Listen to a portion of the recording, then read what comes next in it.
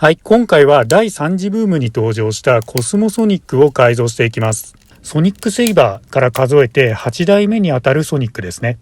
歴代の中でもホイールベースの長い FM シャーシが使われていることもあって、ウィングがまっすぐ後ろに伸びた縦長のデザインになっています。シリーズの中でも FM マシンは少なかったので、そういう意味ではグレートマグナムと一緒に追加された貴重な存在になってますね。このマシンをいつものように改造していくにあたって、最初に感じた問題としては、今ウィングを指で押してはめたんですね。スライド式とかではなくって左右に2箇所ずつフックみたいになっていて引っ掛けるタイプで、これを塗装した後にやりたくないっていうのがあるので、塗装前に接着してしまおうと思っています。そこでウィング周りの障害物を切り取ったり穴を開けたりして、接着した後でも塗装しやすくするための作業から取り掛かっています。それと並行して全体の肉抜きですね。もう少しシャーシが覗いてもいいかなと思っていたので、抜けるところはもうバッサリと、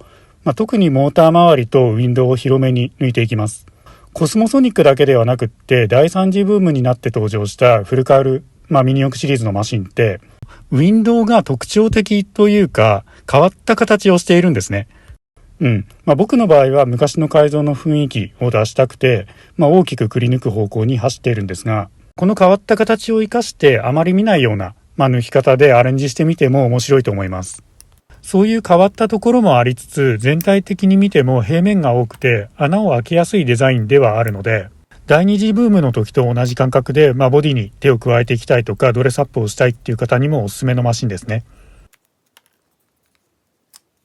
穴を大きめに広げる場合の注意点としては、見えなくてもいいところも覗きやすくなるっていうのがあって、具体的にはボディの裏側ですよね。フルカウルマシンとかいわゆる実写系のマシンでこういうことをやると、カウルの裏側が見えるようになるとかは割とありがちなことで、今回で言えばウィング接続部が開いたことでリアカウル裏側が見えやすくなって、モーター周りをくり抜いたことでフロントカウル裏側も覗きやすくなっています。なので僕も普段は裏側までそこまでしっかり塗装はしていないんですが、今回みたいな時は見えそうなところまで塗装範囲も広げるようにしています。ウィングと違ってモーターの前につくこのパーツはスライドさせて固定するタイプになっているので、塗装前にスライド部分をマスキングテープでガードするだけで済んでますね。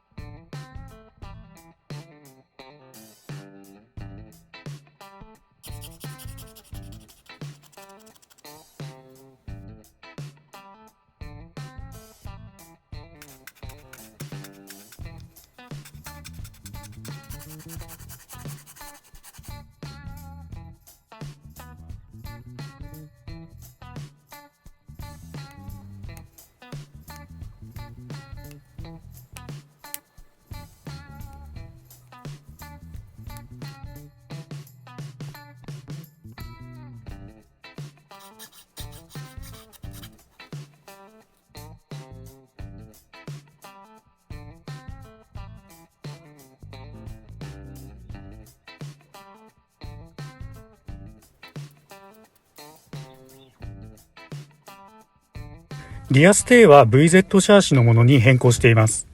というのは、元の FMA シャーシのものより平面的な分、ディテールの追加がしやすいっていうのがあるんですね。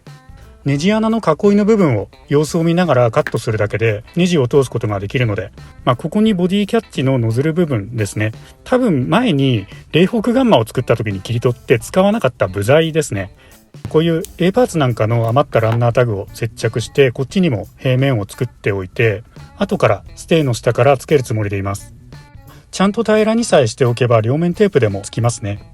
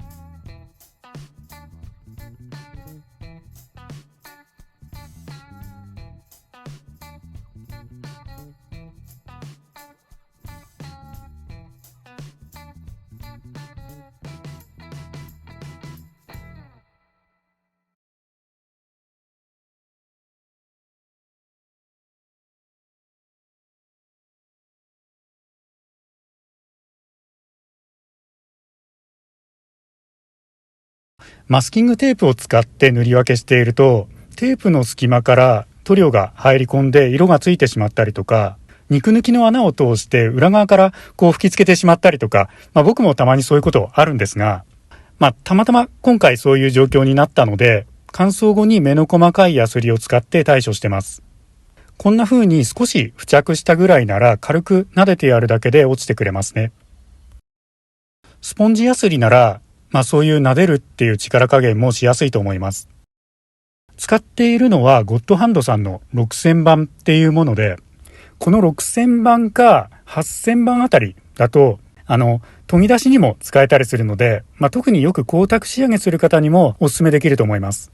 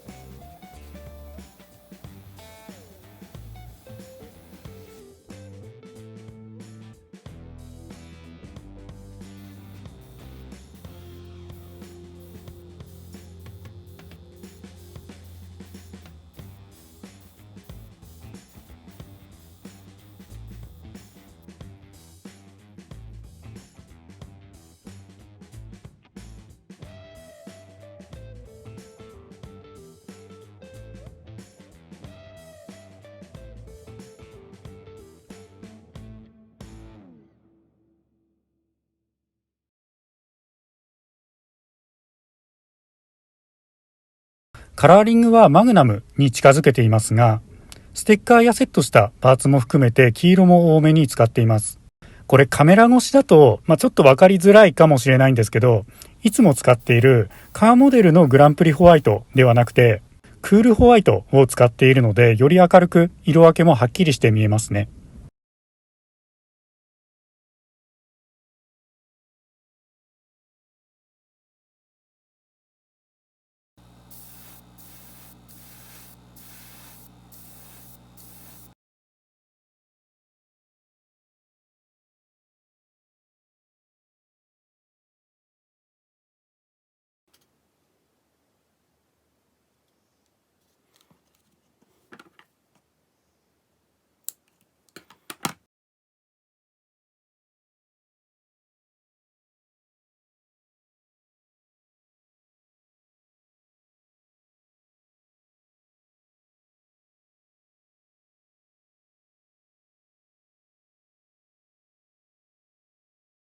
シャーシ本体の色はジオグライダーに採用されているオリーブグレーっていう多くのキットに使われているブラックやメタリックグレーよりも薄い色を選んでいます。僕の場合は旧スーパー X で馴染みのある色ですが、世代によっては旧 FM の色って言った方がピンとくるかもしれないですね。ミニ四駆のパーツは色の黒いものが多いので、ブラックやメタリックグレーで変化に乏しいと思った時に薄い色を選んでやると明確な変化が出てくれますね。